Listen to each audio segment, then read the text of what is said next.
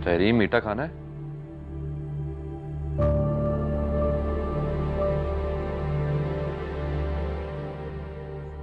तहरीम, हाँ।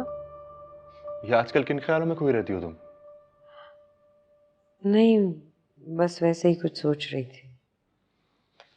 क्या सोच रही थी?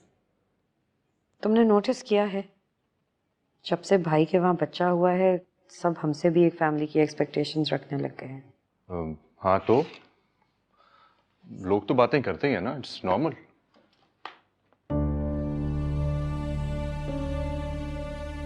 तुम्हें लगता है कि हमें किसी गायनेकोलॉजिस्ट को दिखाना चाहिए?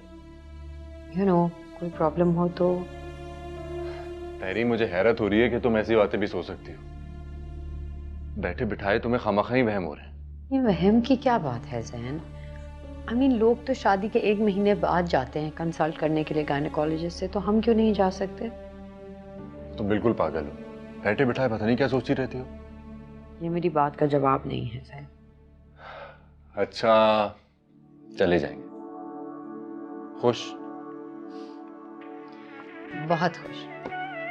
ठीक है, तो मैं अपनी फ्रेंड से पूछती हूँ किसी अच्छे गायनेकोलॉजिस्ट का। परफेक्ट। अब मीठा खा सकते हैं। क्या खाओगे? गाजर का हलवा। गरम गरम? लेकर आता। बेस्ट। ज़ैन, तुम हो वैसे बहुत ही क्यूट।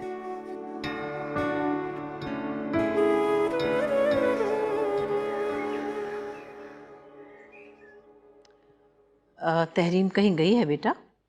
वो खुरतलन के पास गई है शायद। अच्छा अच्छा। तुम 2 दिन के लिए आते हो, लेकिन पलक झपकते में वक्त गुजर जाता है, मेरा दिल ही नहीं भरता। भाई अम्मी, जॉब का मामला है, क्या करूं। हाँ ये तो है। अच्छा, एक बात कहूँ, बुरा तो नहीं मानोगे? भाई अम्मी, आप कैसी बातें कर रही हैं? मैंने आपकी आज तक किसी भी बात को बुरा मनाया है क्या? नहीं, अल्लाह का बहुत शुक्र है मुझे इतना अच्छा बेटा दिया खुदा ने। मैं ये कह रही थी कि तुम्हारी शादी को 1 साल होने को आया है और तहरीम की गोद अभी तक खाली है, तो किसी डॉक्टर के पास ले जाओ ना उसे। भाई, औलाद होने में देर नहीं होनी चाहिए।